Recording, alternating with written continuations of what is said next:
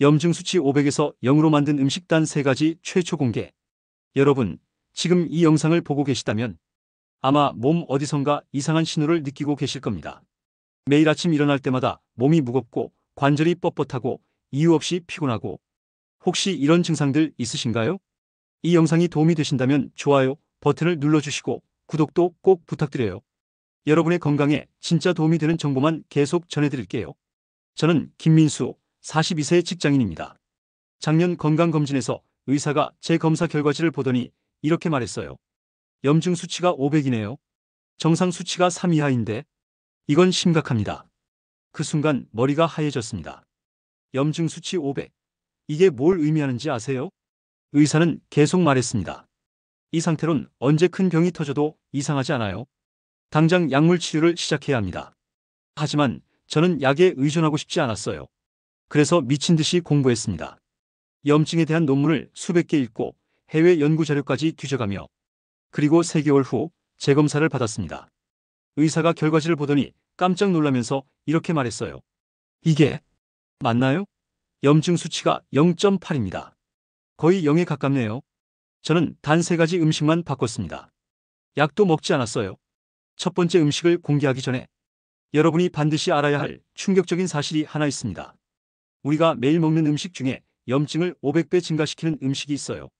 그것도 대부분의 사람들이 건강하다고 믿고 먹는 음식이죠. 바로 흰쌀밥입니다. 네? 흰쌀밥이요? 네, 맞습니다.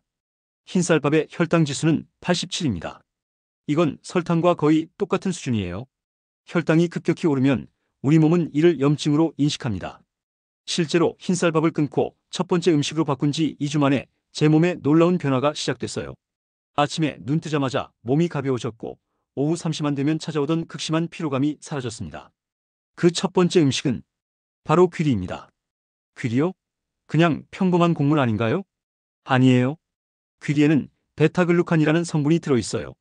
이 성분이 우리 몸의 면역 체계를 조절해서 과도한 염증 반응을 억제합니다. 정말 도움이 되는 정보라고 생각하신다면 좋아요 꼭 눌러주세요. 더 많은 분들이 볼 수 있도록 도와주세요.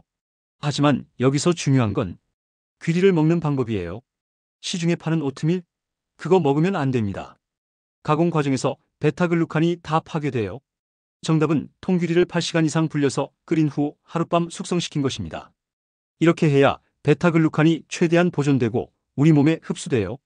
저는 매일 아침 이 귀리 한 그릇으로 식사를 시작했습니다. 그런데 한개월 후 재검사에서 염증 수치가 500에서 320으로 떨어져 있었어요. 하지만 여전히 높죠? 그래서 두 번째 음식을 추가했습니다. 두 번째 음식을 말하기 전에 혹시 여러분 중에 이런 분 계세요? 나는 야채도 많이 먹고 과일도 챙겨 먹는데 왜 염증 수치가 높을까? 그 이유를 알려드릴게요. 사실 우리가 먹는 야채와 과일 중에도 염증을 증가시키는 것들이 있어요. 특히 가집과 식물들, 토마토, 감자, 가지, 고추. 이런 것들은 솔라닌이라는 성분 때문에 일부 사람들에게 염증을 유발할 수 있어요. 그래서 저는 이런 음식들을 모두 끊고 두 번째 음식을 추가했습니다. 바로 생강입니다. 생강이요? 그건 양념 아닌가요? 생강은 양념이 아니라 천연 항염제입니다. 생강의 진제롤과 쇼거올 성분은 염증을 일으키는 COX-2 효소를 억제해요. 이는 의학적으로 증명된 사실입니다. 하지만 시중에 파는 생강차나 생강 분말로는 효과가 없어요. 반드시 생생강을 직접 갈아서 먹어야 합니다. 저는 매일 생생강 10지를 갈아서 꿀과 함께 먹었어요. 처음엔 너무 매워서 눈물이 났지만 2주 후부터는 몸이 확실히 달라졌어요. 만성적으로 아프던 무릎 관절이 부드러워지고, 자고 일어나면 항상 뻣뻣했던 목과 어깨가 완전히 풀렸습니다. 2개월 후 재검사. 염증 수치가 320에서 150으로 또 떨어졌어요. 하지만 아직도 높죠? 정상 수치는 3 이하니까요. 그래서 마지막 세 번째 음식을 추가했습니다. 이 음식이야말로 진짜 게임 체인저였어요. 세 번째 음식은 여러분이 절대 예상하지 못할 거예요. 바로 정어리입니다. 정어리요? 그냥 생선 아닌가요? 정어리는 그냥 생선이 아닙니다. 오메가3 함량이 연어의 3배예요. 그런데 여기서 중요한 건 정어리의 크기입니다. 큰 생선들은 먹이사슬 상위에 있어서 중금속 농축 위험이 있지만 정어리는 작은 생선이라 안전해요. 게다가 염증을 억제하는 EPA와 DHA가 엄청나게 많이 들어있어요.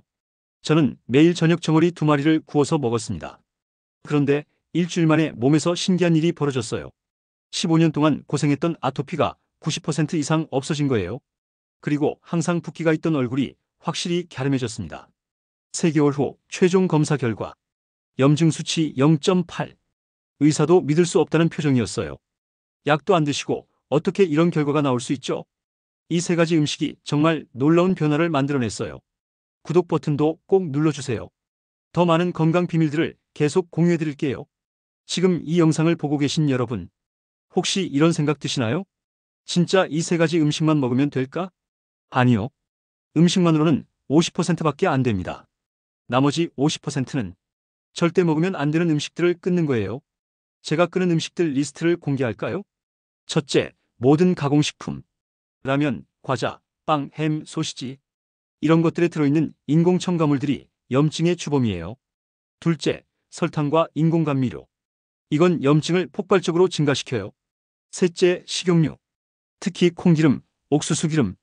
이런 오메가6 지방산이 과도하면 염증이 생겨요. 이 음식들을 끊는 것만으로도 염증 수치가 절반으로 줄어들 거예요. 마지막으로 제가 이 3가지 음식으로 염증을 완전히 잡은 후 1년이 지난 지금까지도 계속 먹고 있는 비밀 조합을 알려드릴게요.